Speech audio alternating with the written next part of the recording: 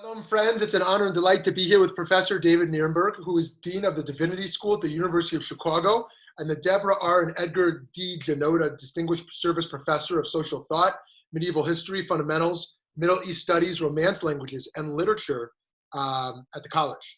He is the author of several books, including Communities of Violence, Persecution of Minorities in the Middle Ages, and Anti-Judaism, the Western Tradition, which won the Waldo Emerson Award for its contribution to the history of ideas. He's currently working in collaboration with mathematician Ricardo Nirenberg on a philosophical history of number and knowledge, exploring both the powers and the limits of the sciences and the humanities. Thank you so much for taking time to talk. It's a real pleasure, Rabbi Yanklowitz. So to jump right in here, how much is anti-Semitism a unique problem that's different from other forms of racism and xenophobia? Wow, it's a tough question. It's a question I think, one hears a lot, and I really don't think it's a good business to be in kind of comparative xenophobia, comparative racism. There are many terrible forms of xenophobia. What I'll say about anti-Semitism, or what I often call anti-Judaism, that I find to be particularly interesting, is that it's kind of at the basis of lots of other ways of thinking. Lots of other forms of xenophobia.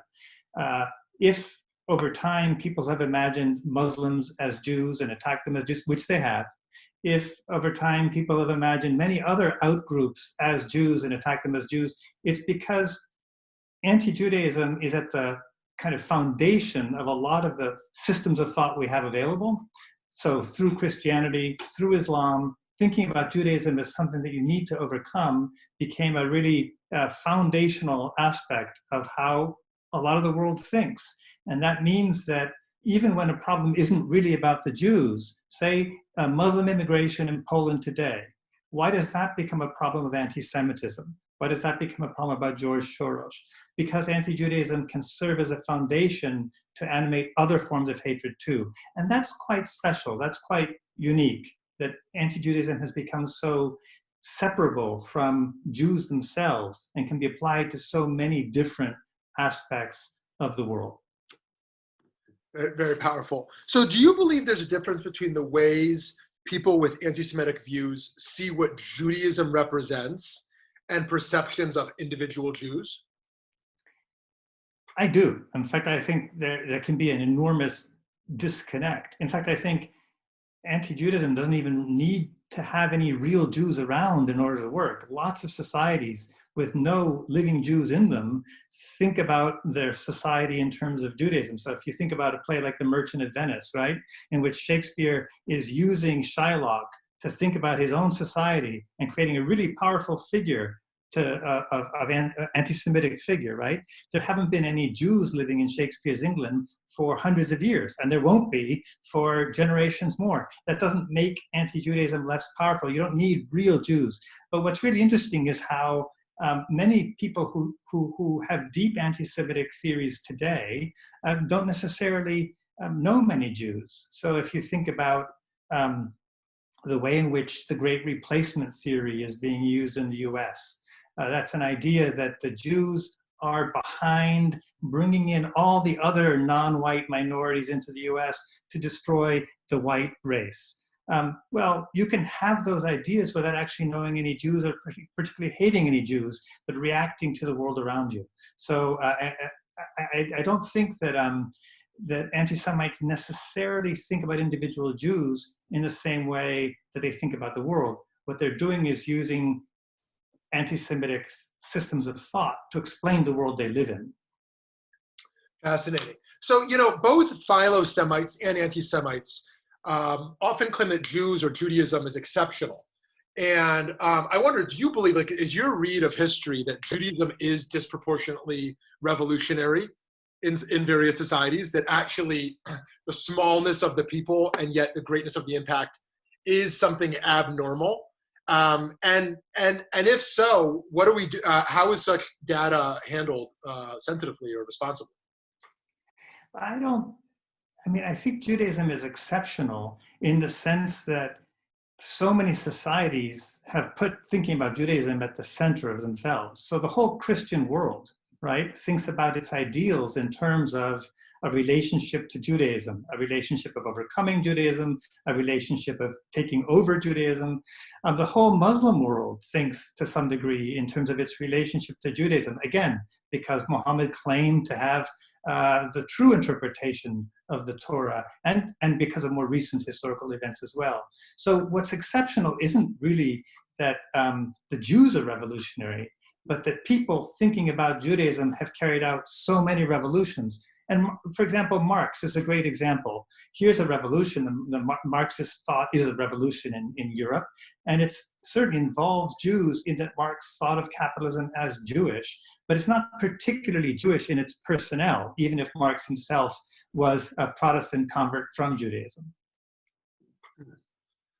Very interesting, very interesting. So as someone whose scholarship mainly focuses on Jewish, Christian, Muslim relations during the so-called Golden Age of Spain, what allowed the three faiths to exist in relative harmony in that period? And were there ever any major flare-ups between these three communities that put that stability at risk? You know, it's an interesting question, because a lot of people nowadays keep looking to the distant past and saying, well, you know, was there a time when Islam, Judaism, and Christianity got along better than they do today? What can we learn from such a time? And there certainly have been such times. The Ottoman Empire was, for example, one such time, and medieval Spain, especially under Islam, was one such time. But when we say that people got along, what we really mean in those places, in the Ottoman Empire and Islamic Spain, is that yes, Muslims, Christians, and Jews coexisted, but they coexisted in a very hierarchical relationship in which one group was always on top.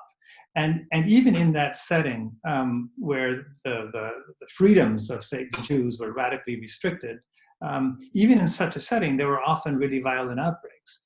So throughout medieval history, there had been periods, especially in, say, Islamic Spain or in the Ottoman Empire, there have been periods of coexistence. They've often been punctuated by moments of violence.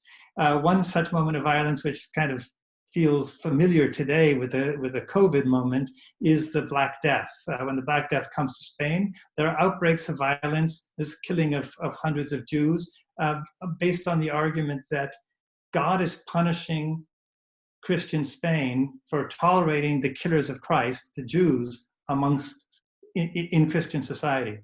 And you know, when we are sitting here today with COVID, thinking about, well, what does this mean? What's happening? We're watching the infection coming towards us, much as Christians in Spain watched the infection come towards them in 1348. You start to see similar answers. It's not that different when, say, the Ayatollah in Iran suggests that COVID is a Zionist and American conspiracy.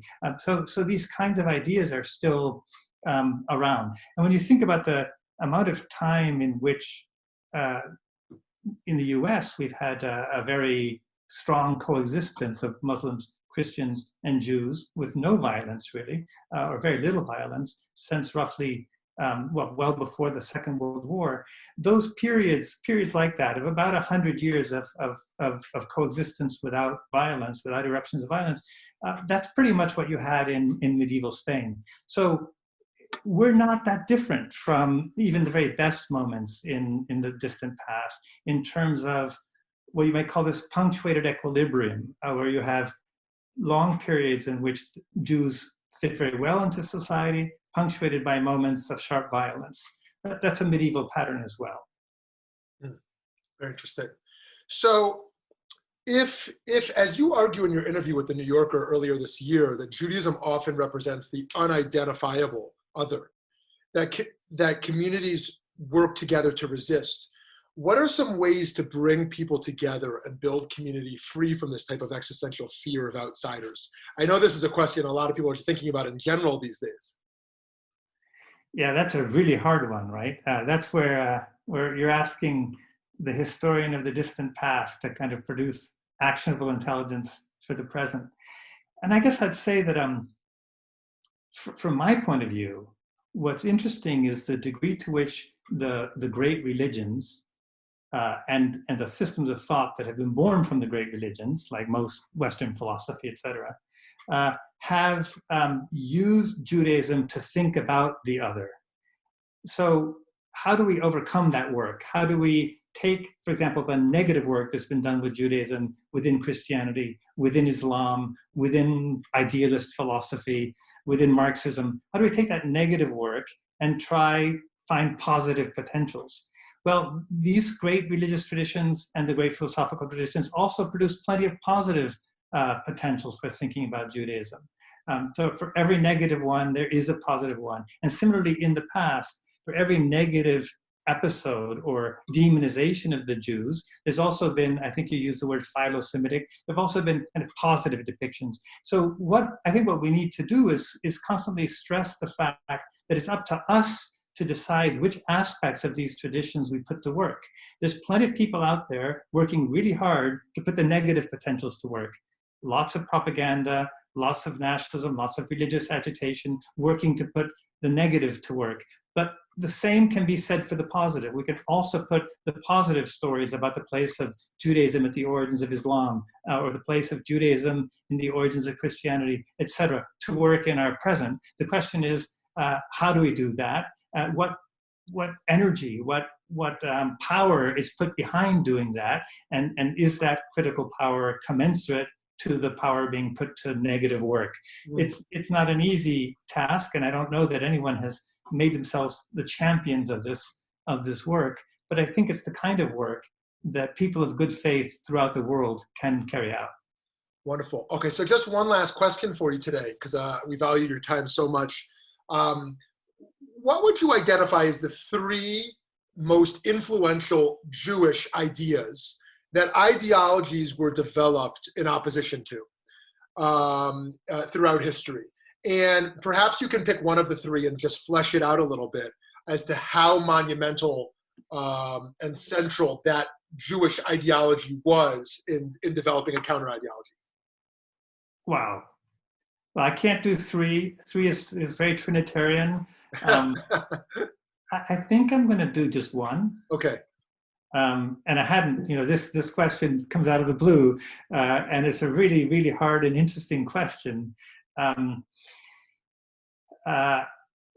me put some out there, and then I'll focus on one. So the idea that God has a people that is particularly that God's people, the chosen people. Now you might say that that's a Jewish idea. Actually, it's not a Jewish idea. It was common in the very ancient world that the gods were a family, and each god had his inheritance, and the people that were that god's chosen people. Deuteronomy actually preserves one of those ancient statements. But this idea of chosen people has often been affiliated with God, with the Jews. And one kind of sub part of that is the idea of Abraham's seed, the idea that chosenness follows through lineage. And you see all kinds of people claiming that. Muhammad is descended from the same seed. Jesus is descended from the same seed. The Black Hebrew Israelites in Jersey City make similar arguments. The Mormons make similar arguments. So those are ideas that have driven religion throughout the world. But I think the one I would focus on as most important is the idea in the Hebrew Bible that's constantly critiquing the Israelites themselves.